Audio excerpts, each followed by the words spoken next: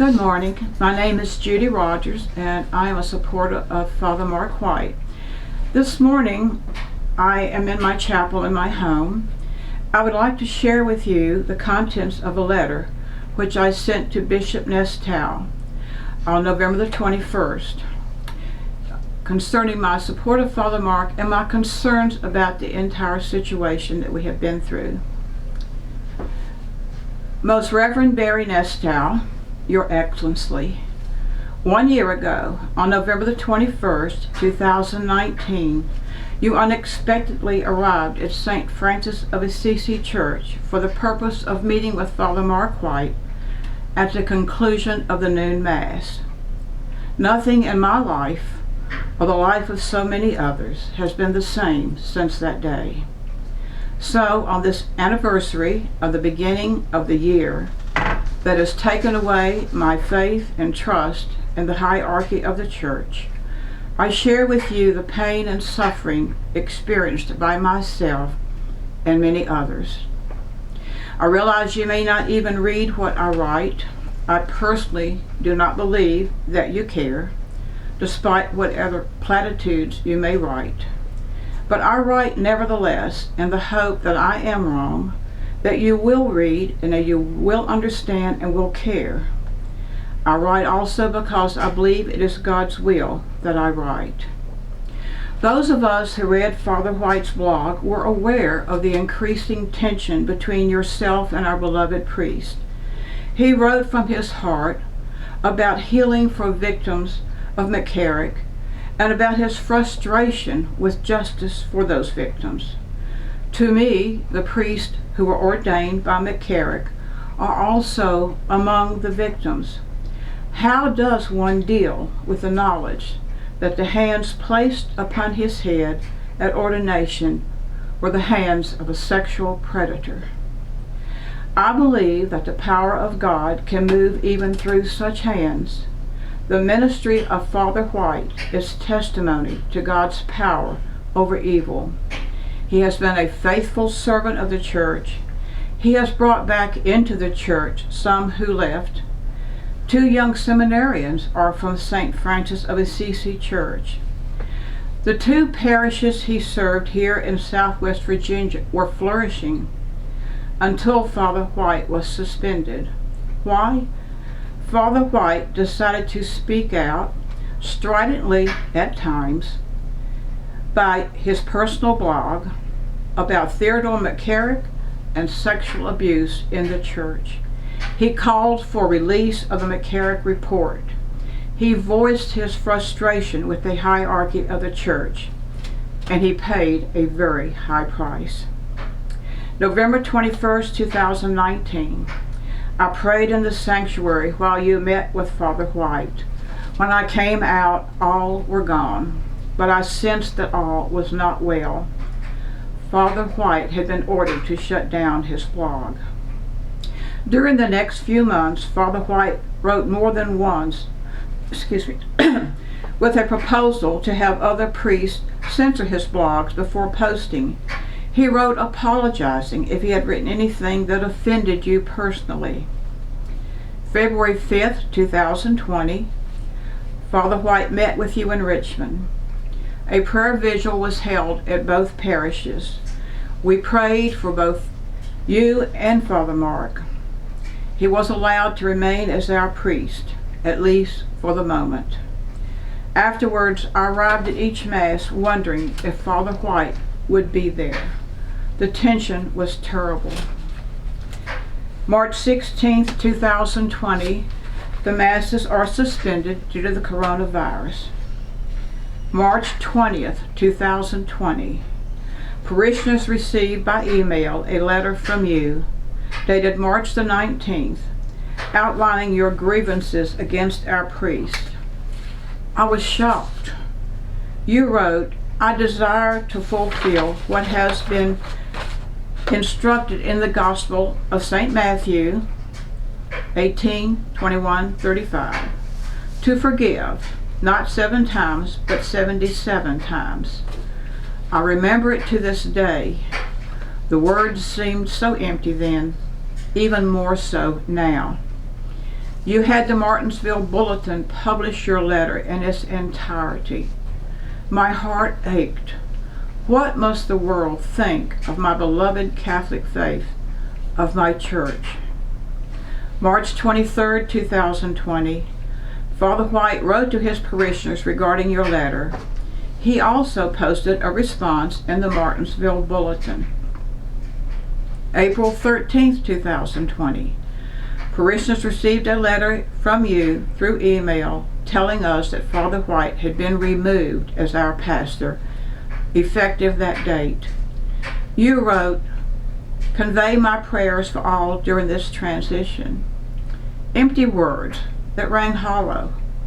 Father White, who by then had a canon lawyer, advised us he remained as our pastor according to the, quote, the norms of law, until the full legal procedure had run its course. We foolishly thought this would actually be allowed to happen. We were so wrong. April 18th, 2020, you arrived unexpectedly to celebrate the live-streamed Mass with Father White. I watched heartsick as you, in my opinion, used the homily to present your case against our priest. May 6, 2020, Father White advised us he was prohibited from celebrating the sacraments, preaching, or ministering in any way. Our priest had been taken from us in the middle of a pandemic. May 9th, 2020, a black day. As I left the church, I encountered two men who were there to change the locks on the church. I stood there stunned.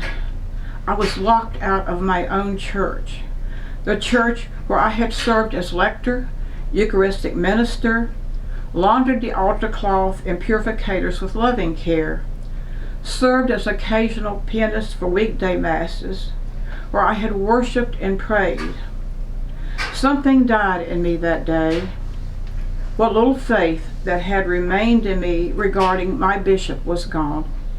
What little hope for fairness to which I had clung was destroyed. My sense of loss overwhelmed me. Father Kevin Segerblom denied my request for a key, as I had had previously. I realized I was nothing to anyone in the hierarchy in their frantic need to silence a priest who dared to speak the truth. Throughout my life, music has been my expression of joy and hurt and pain, yet I have not touched a piano key from that day to this. Not even my music can heal this wound. I have written to you on more than one occasion, pleading with you to show forgiveness and reconcile with Father Mark White. I did receive a reply to two of those letters. In essence, I felt I was admonished to quietly do what I was told. Am I to pretend that I am ignorant of the facts of this matter? Am I to simply accept what is, in my opinion, unjust treatment of this priest and of the parishioners? Am I to believe that none of this had to do with fear over the names that might be in the McCarrick report? Now it is November. The McCarrick report has finally been released. I am confident many in the hierarchy breathed a sigh of relief that their names did not appear in the report. It admits what we have known. Theodore McCarrick was a sexual predator who abused his power in the church, whose actions horribly impacted the lives of many. Finally, justice was served, at least to some degree. For many, it will not be enough. May God be with them and grant them a healing journey. I am sickened when I think of how McCarrick used his position as a, quote, servant of God to achieve his immoral goals. During his life, he enjoyed power and fame, while he inflicted his will upon those fearful of opposing him. Even now, a simple, "I was wrong, I am sorry, I apologize to those I hurt," could mean so much. Yet McCarrick continues to claim he did nothing wrong. The photos of him show a fragile, withered shell of an old man. There is no power now, only disgrace and shame. Such is the price all will pay. Bishop Knestout, you came to this diocese under the shadow of Theodore McCarrick, whom you served as secretary. You shared his life and you knew him well. In your letter to the clergy and faithful of the diocese, dated 7/30/18, you wrote in reference to McCarrick, "Throughout all the time that I was in Washington, I can tell you I was not approached by anyone with any allegations or evidence of sexual harassment or abuse involving the Cardinal. For many, the question remains, how could you not have known? Sadly, I believe the reality may be that your ministry will forever be tainted through your association with Theodore McCarrick.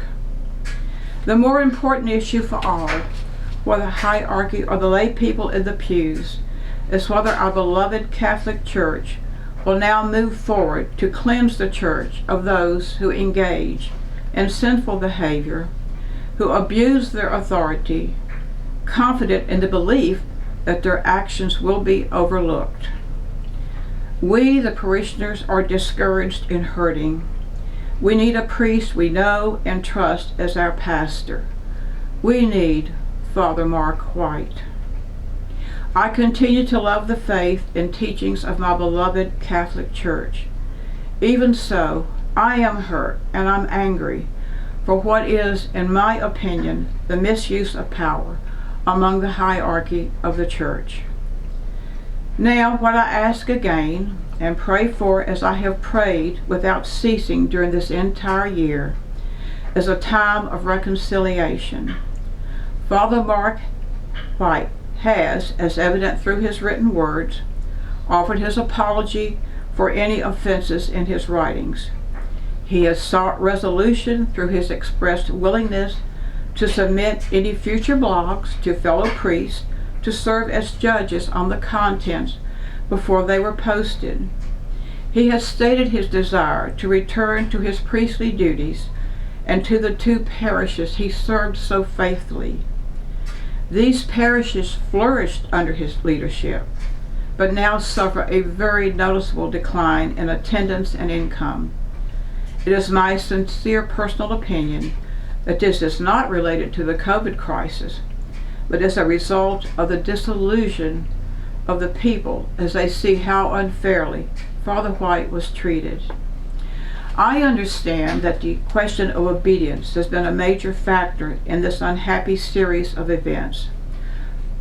Does not the matter of obedience relate to justice and fairness, to reasonable actions by those in charge, that all that is done reflects God's love?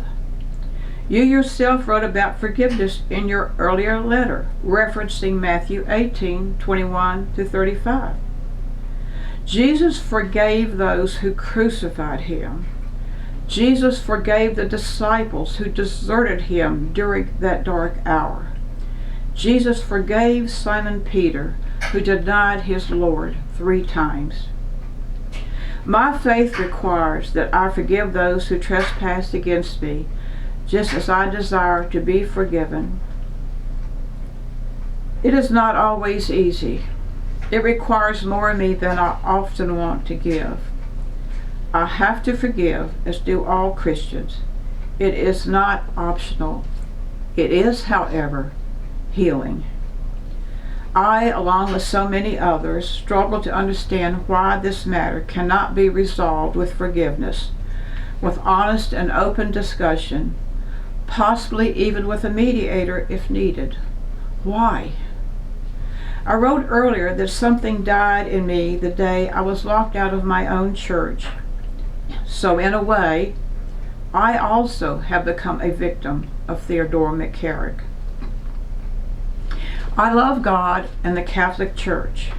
I am a convert to the faith and have not thought about leaving the Catholic Church, which I believe to be the one true faith. I've spent hours researching, studying, and learning about the history of the Catholic Church. My Catechism of the Catholic Church is worn and marked with highlighted portions.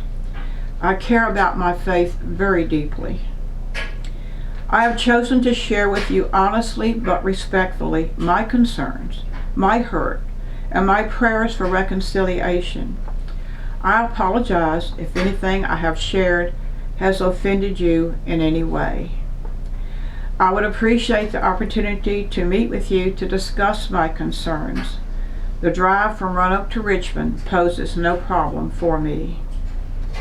Advent is near. My heart's desire and hope, my most earnest prayer, is that there may be a new beginning for all of us, that there be reconciliation between you and Father White, so that trust in the hierarchy of the church be restored for the people in the pews. That, to me, would be true power. Sincerely and respectfully, Mrs. Judy L. Rogers. Thank you.